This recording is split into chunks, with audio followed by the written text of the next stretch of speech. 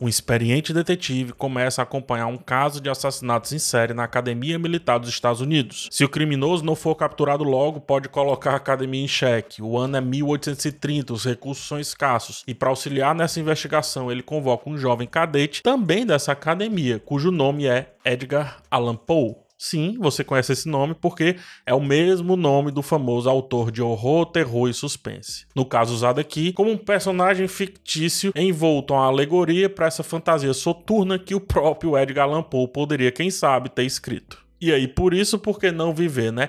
E também traz alguns fragmentos mais ou menos reais, digamos assim. Esse filme é O Pálido Olho Azul, dirigido e escrito por Scott Cooper, lá de Coração Louco, um filme que eu adoro. E o protagonista é Christian Bale. E o Edgar Allan Poe, cara, é vivido por Harry Melling, muito bem vivido por Harry Melling, de Harry Potter. Antes de continuar, deixa eu só te pedir aquele joinha aqui no vídeo. Pra ti é de graça, bem rapidinho, mas pra mim é muito importante. Essa é uma crítica, logo não tem spoilers. Fique tranquilo ou tranquila. E vamos lá ao que interessa. Em época que as histórias de crime voltaram com tudo, a construção de O Pálido Olho Azul é quase toda voltada para garantir a boa compreensão dos detalhes da investigação e das viradas da história. Eu digo quase toda porque enrola um pouco até chegar em momentos marcantes, mas eu acredito que para muita gente essa enrolação não vai ferir. Christian Bale vive esse homem solitário, muito soturno, tanto que mesmo Edgar Allan Poe, né,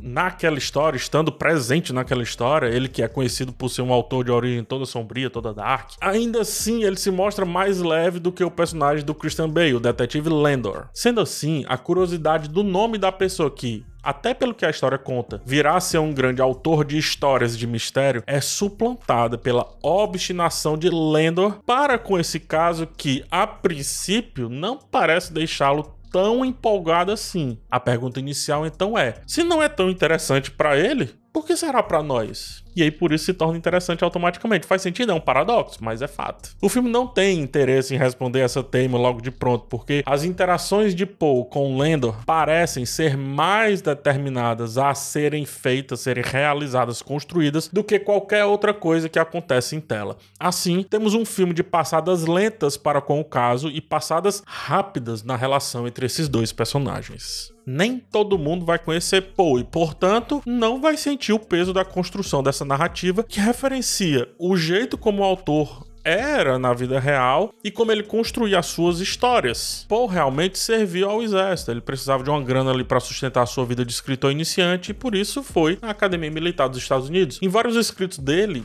cartas e contos, ele tratava de maneira jocosa toda aquela academia militar, a qual via como um circo de tarefas em excesso, pessoas que não o tratavam bem e, sobretudo, forte hierarquização que de fato não combinava com seu estilo de vida. Ele era mais boêmio, até preferia o contato com a sociedade. Em dado momento do filme, só para citar esse exemplo, Poe, ele forja a doença para se distanciar das atividades militares e se dedicar um pouco mais ao que lhe interessava naquele momento, o que é retratado perfeitamente no filme. Porém, na vida eram os escritos e no filme era o trabalho em conjunto com Landor. A própria data do filme, 1830, é escolhida em alusão ao ano da entrada de Poe na Academia Militar. É construída aqui, então, uma história de detetive, porque, por mais que não seja tão destacado assim, Poe é um dos grandes proliferadores dessas histórias na literatura mundial. Dessa forma, parece, até metade do filme, uma narrativa esvaziada de propósito para deixar mais as referências correndo do que qualquer outra coisa. Sem o conhecimento prévio do autor, me pergunto o que sobra em muitos momentos aqui dessa narrativa, principalmente o segundo ato, que é completamente esvaziado se você não tem esses detalhes. Estamos de frente para uma história que vem supostamente dialogar sobre o ocorrido e também,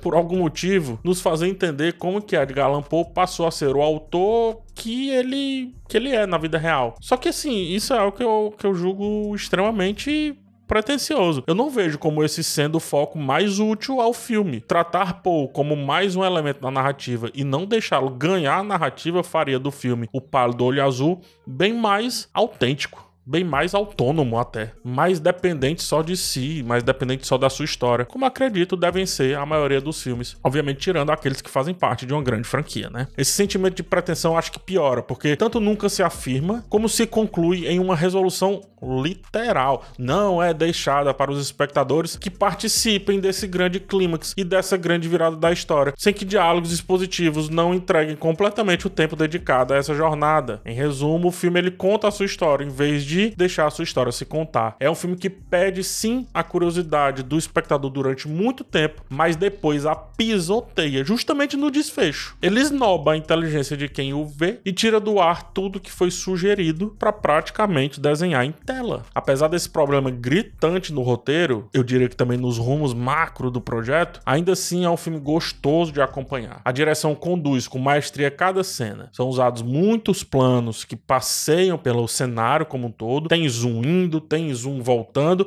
o que dá muita leveza, como se o filme cochichasse esteticamente com nós, os espectadores. Tudo isso faz o filme ele ser vivido com uma certa calma, tranquilidade. Até mesmo a correria que vez ou outra aparece, ou até as cenas mais frenéticas de discussão entre um personagem e outro, não fazem o filme se transformar nisso, o que combina, acho que, perfeitamente com as referências diretas feitas à narrativa a partir da premissa do Edgar Allan Poe estar presente ali. Como eu disse, estamos em uma história de Edgar Allan Poe sem ser uma história de Edgar Allan Poe de fato, sabe? Sua presença em alegoria é a chama acesa do sentimento de que uma história se degusta e não se cumpre a favor de ritmo acelerado por simples motivos de modernidade. O que me coloca em mais contraste ainda com aquele final que é absurdamente expositivo. Esse sentimento, com direção calma e atraente, em contraponto ao roteiro que fere toda a atenção dada a essa história, faz Pálido Olho Azul um filme agridoce do ponto de vista técnico e vistoso com relação a grande parte das ideias que apresenta desde o seu princípio. É filme demais para a história de menos. Pior, é história demais, ainda que de menos, para a conclusão tão escancarada, tão aberta. E é isso, esse foi o Pálido Olho Azul, filme que está aí na Netflix. No mais, um forte abraço em vocês, até o próximo vídeo e tchau.